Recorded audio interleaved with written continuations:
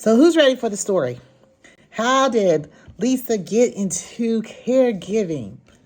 This was my journey.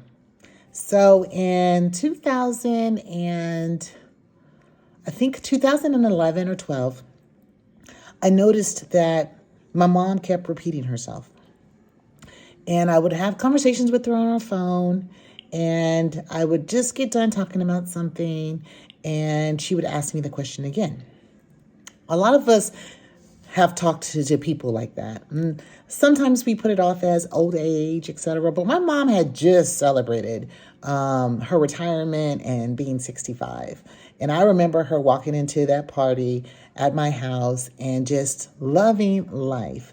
But then it all, started going downhill thereafter. We were part of a supper club of women, and I would attend that with her.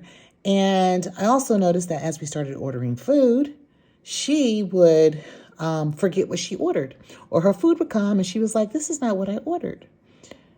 Then at church, I attended church with her a lot, and she loved to put on like programs and things like that. And I noticed that I had to help her keep on track. And we would put out an agenda of her talking items when it was time for her to stand, or I would fill in some of the gaps and I would speak for her. She would ask me to. But then it started happening more and more.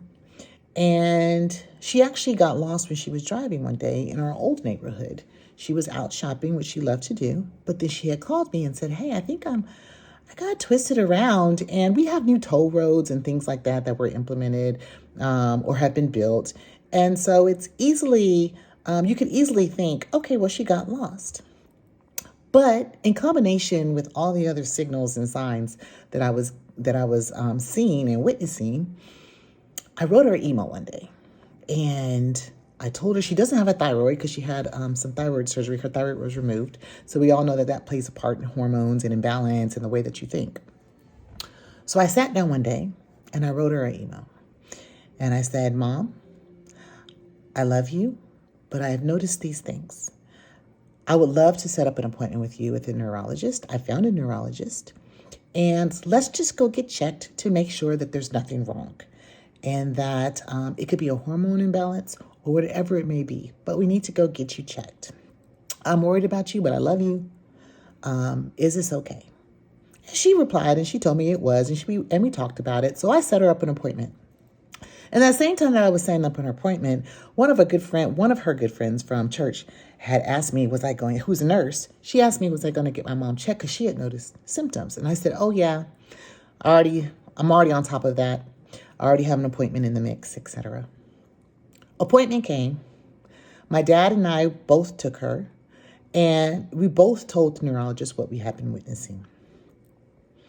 Now, he said, "Okay, we'll do a series of tests.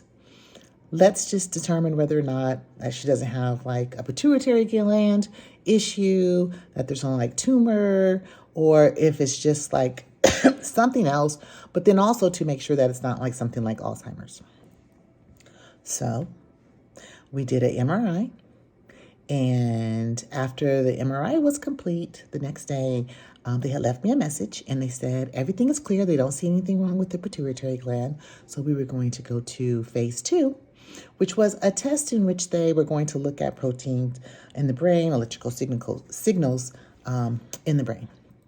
And so I took her to that test, my dad and I, and she went and had that test.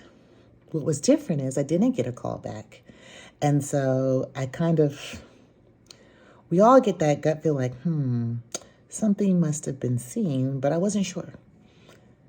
Third test, we set that appointment up.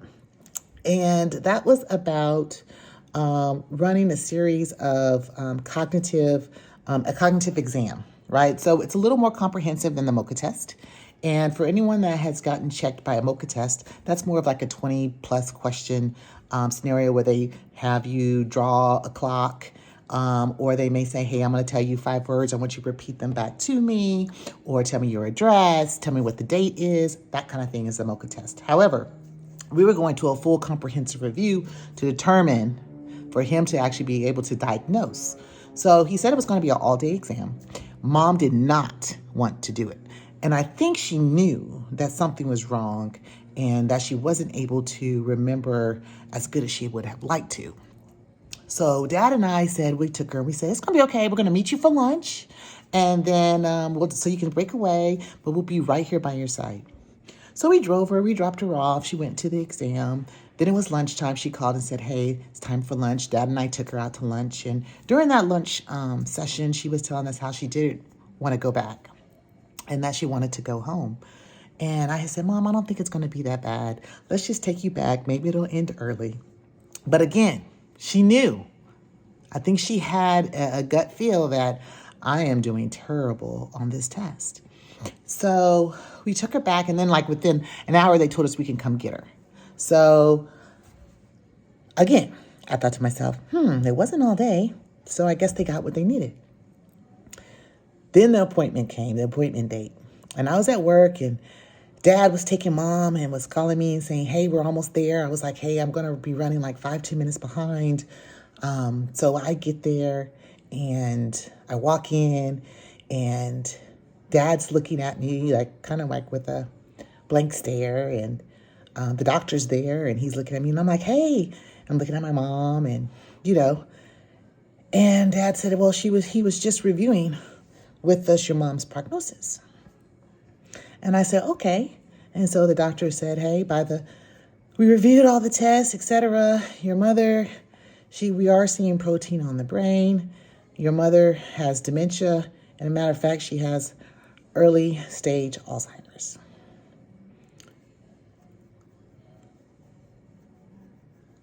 You talk about a blow. Even today, it gets to me when I talk about that story. Because you hear about it, you don't know the path in which your parent will take. But all you know is that you'll be there to support her. And I can see the hurt on her face. The disappointment, the frustration, the not knowing. I can see my dad. This is all unknown to us. You hear about it, but you don't really know how it's going to show up. So I fixed my face while the doctor was telling me and telling us. And I told my mom, it's going to be okay. It's going to be okay. So let's talk about what do we do from here?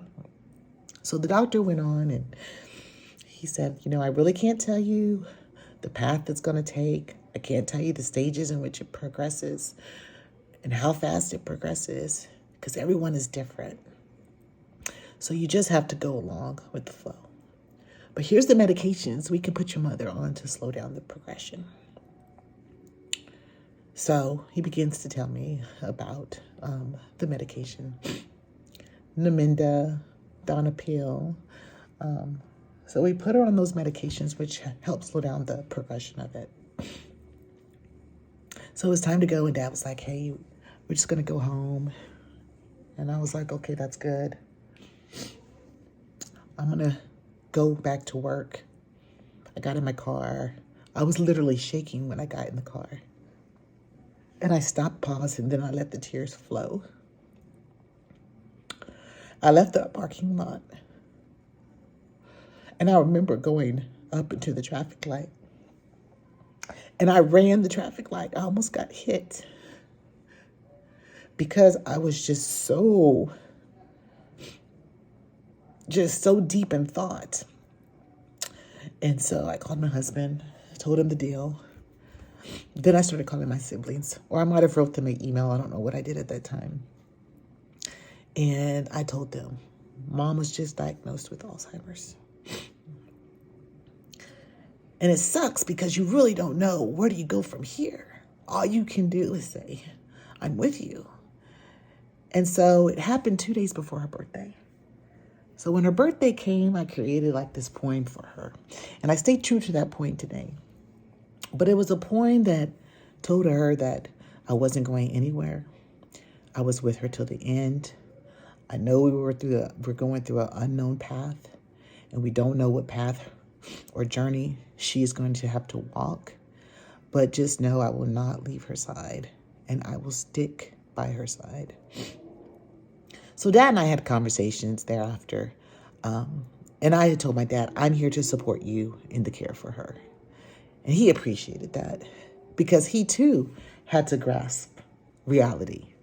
Because everybody's thinking, oh, there's a cure for Alzheimer's. You hear that constantly. And no, there is no cure.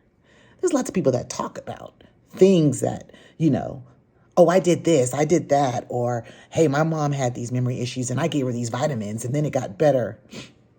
No, your mom was not diagnosed with Alzheimer's. She did not have the clinical exam that showed protein on the brain. So, there's a reality check aspect of it as well. But you have to see the signs. You have to go get checked.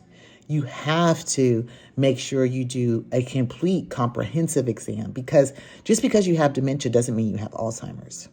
Alzheimer's is a form of dementia. But when you have the protein on the brain, that is clear indication that protein is going to take over and compromise your cognitive abilities. So that is how caregiving initially started, which was again 2000, I think 11 or 12. Let's say 2012. And from then on, I took more of that was my introduction into the beginning stages of me stepping into a caregiving role.